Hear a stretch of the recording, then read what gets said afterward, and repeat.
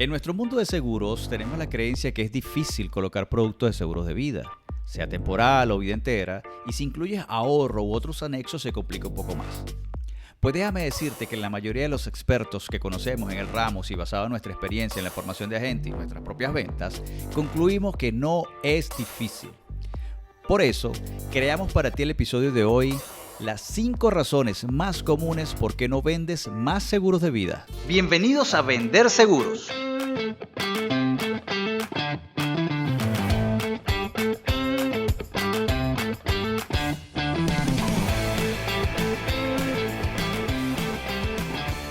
Podcast exclusivo para agentes de seguros y personas interesadas en desarrollarse en esta industria.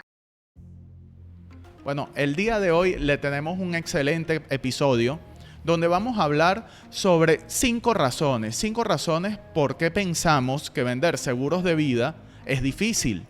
Realmente, y pues la conclusión de muchos expertos es que a veces tenemos estos pensamientos limitantes o no enfocamos el proceso de venta como deberíamos enfocarlo, y esto pues siempre nos va a evitar el cierre del mismo.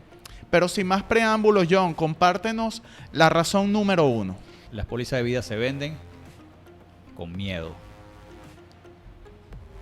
Jamás podemos decir o vender con miedo. ¿Por qué?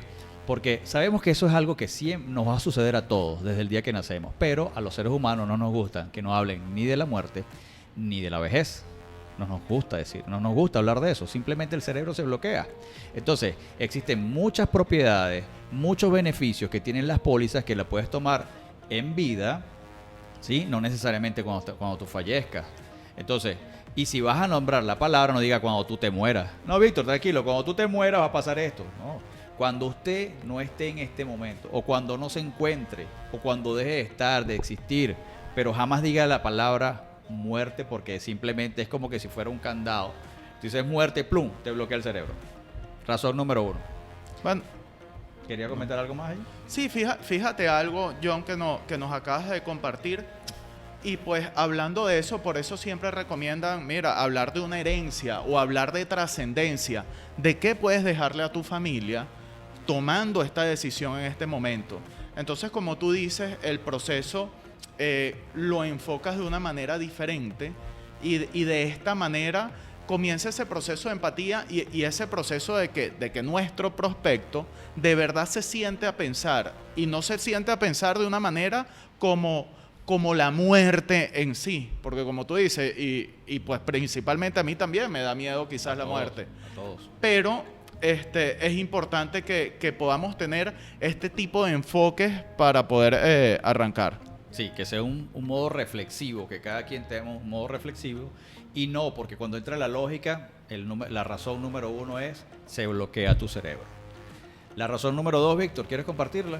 Bueno, fíjate, la razón número 2 es muy común, y es que queremos vender a veces una póliza de vida o hasta muchas pólizas a todo el mundo sin tener un público objetivo, sin tener un target, ¿no? Y esto es muy importante, más aún en las pólizas de vida, y más ahorita que estamos tratando de generar contenidos por redes sociales, buscando prospectos por redes sociales, que nos enfoquemos a nicho de mercado. Ya nosotros en nuestro episodio número 1 hablamos del cliente ideal. Y este cliente ideal es el que tienes que dibujar, es un avatar, en el cual puedes enfocarle la póliza de vida.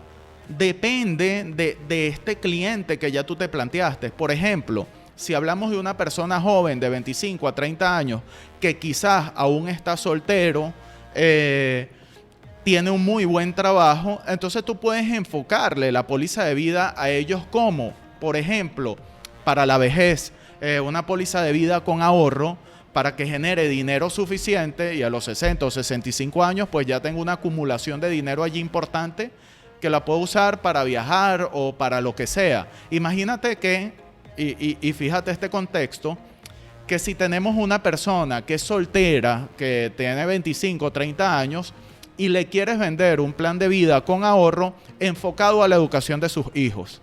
O sea, al final no vas a tener ese ese match y ese empuje que puedes tener si lo enfocas a la vejez o si lo enfocas a vivir una experiencia, ¿no? Como buen millennial que somos. Sí, y complementando un poquito eso, el tema, como ya lo dijiste, entender bien cuál es tu mercado meta, tu público o avatar, como se llama ahora, o buyer persona, como lo conozcas. Cuando tú lo entiendes, sabes cuáles son sus temores, cuáles son sus miedos y cuáles son para darle las mejores experiencias que acabas de decir tú, ya tú sabes a qué manera le vas a hablar, de qué le vas a conversar, y evidentemente una persona que son jóvenes, que no tienen hijos, no le vas a hablar para la educación de tus hijos, a menos que sean una familia joven y estén pensando ya en hacer crecer su familia. Pero eso es también lo que acabas de decir inicialmente. Cuando tú tienes ese proceso de empatía y de conexión con el prospecto, es que tú vas a poder entonces desarrollar esto. Entonces, no podemos venderle a todo el mundo de la misma manera porque no todos tenemos las mismas necesidades. Ahora, el punto número 3 o la razón número 3 que hemos convenido en presentarles hoy, ¿cuál es, Víctor? Bueno, fíjate, la razón número 3 es que la mayoría de los agentes en la entrevista dejan de hacer preguntas exploratorias correctas. Y esto siempre nos pasa. Incluso a mí obviamente me ha pasado. Y es que cuando sales de visitar un prospecto, sea cual sea la póliza que estás intentando comercializar, estás intentando proponer, no te pasa de que justo cuando sales de la reunión se me olvidó preguntarle esto. Y resulta que es crucial para ese estudio que tienes que hacer para proponerle una póliza que se ajuste a todas sus necesidades. Esto siempre es muy común. ¿Y es por qué? Porque realmente no tenemos una estructura, o a veces tenemos la estructura, pero se nos olvida cuando estamos en la reunión. Entonces, ¿cuáles son los tips importantes que podemos tener? Bueno, simplemente cuando estemos en casa o en nuestra oficina, vamos a ir anotando esas preguntas imprescindibles, ¿no?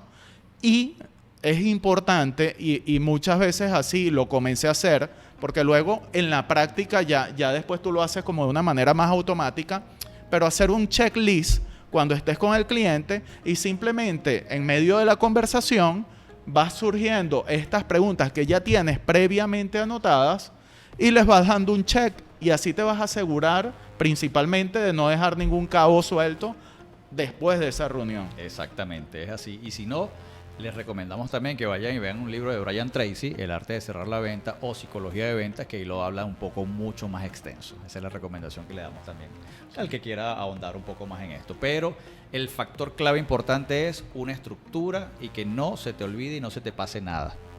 Porque va a ser difícil después tener otra oportunidad de hacerle la pregunta. Ya hiciste la entrevista, ya estuviste allí, entonces tenemos que ir bien preparados.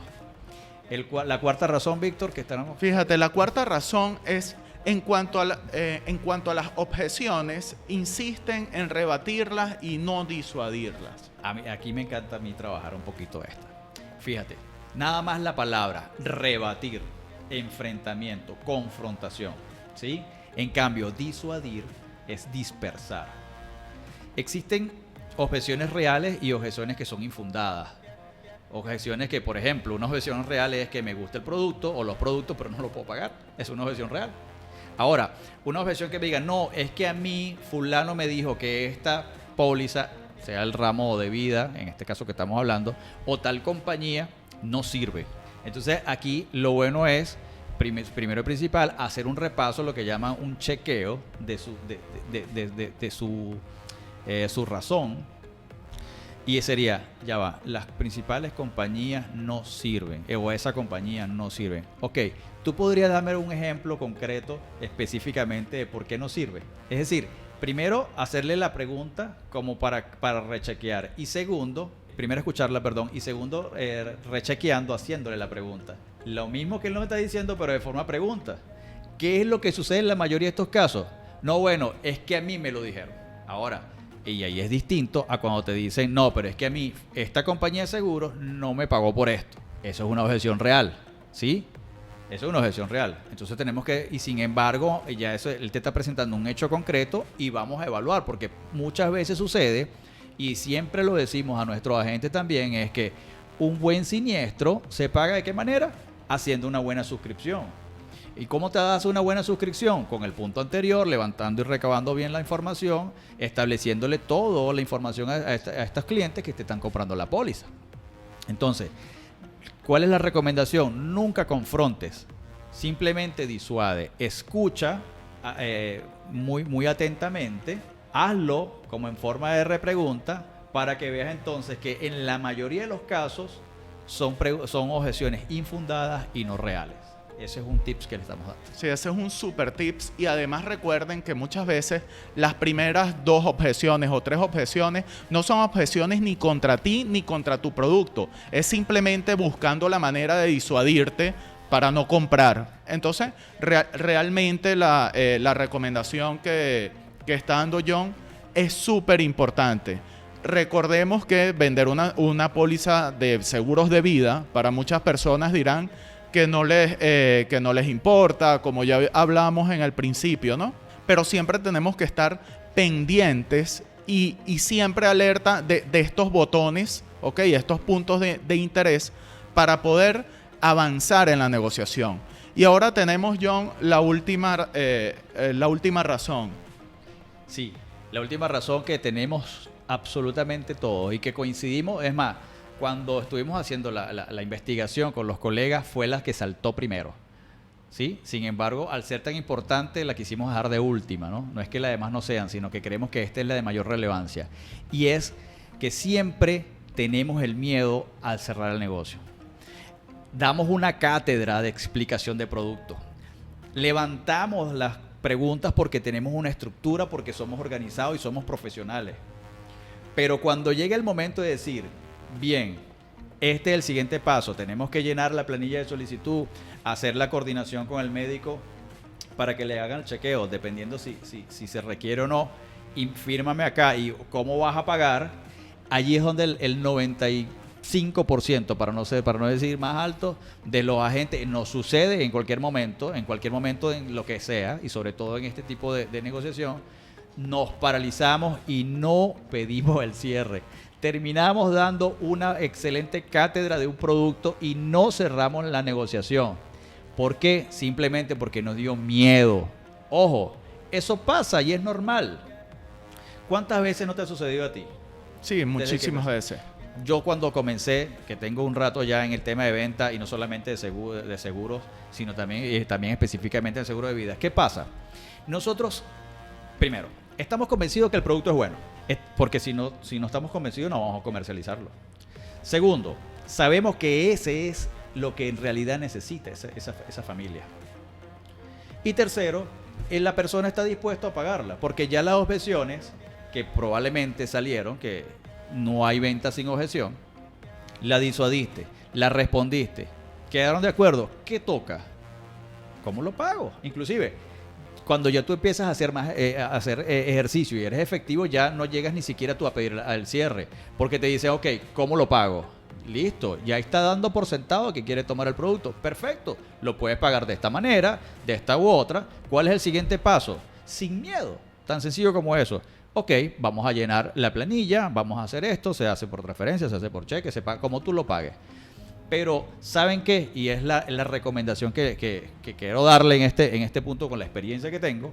¿Tienes que tener miedo? Sí, eres un ser humano, estás vivo. Pero ¿sabes qué? Hazlo con miedo. No te va a pasar nada. Inténtalo. ¿Tienes miedo? Sí, hazlo con miedo. La siguiente vez, hazlo con miedo. Y te vas a dar cuenta que cuando tengas la experiencia y tengas el motivo, lo vas a seguir haciendo. Y el miedo simplemente ya no te va a aparecer ni te va a paralizar. Y si aparece, bueno, que se venga contigo. Pero ¿sabes qué? Vas a cerrar el negocio igual. Sí, fíjate algo, John, y complementando ya para cerrar el episodio de hoy. Nosotros estamos grabando desde Venezuela y Venezuela típicamente ha sido un país donde el tema de los seguros de vida culturalmente causan rechazo, como lo decíamos al principio. La gente acá y en ningún país le gusta que le hablen de la muerte. Pero es un campo muy bonito y que en este momento que estamos grabando este episodio, plena pandemia de coronavirus, hay una sensibilidad. Y también hay algo importante para ustedes corredores que nos están escuchando, que ya tienen amplísima trayectoria y unos cuantos años en este negocio, Y es que también estas nuevas generaciones, como lo llamamos millennial, estas personas de 25 a 35 años, también cambiaron su manera de hablar, su manera de pensar, que es muy importante. Y entonces ya hay personas interesadas en este tipo de productos, que además, como todos sabemos, las comisiones son muy altas. Entonces, es algo de trascender, es algo de que puedes ayudar a tu cliente, puedes ayudar a esos clientes existentes que tienes allí con pólizas de automóvil, con pólizas de salud, y le puedes sentar y puedes hablar sobre este tipo de pólizas. Si estás escuchando desde el Apple Podcasts, Spotify o iVoox, no olvides suscribirte y dejarnos tus comentarios. Y si nos estás viendo por YouTube, dale click a suscribirse y a la campanita para las notificaciones. Y si te gustó el material, no te olvides de compartirlo. Esto es Vender Seguros.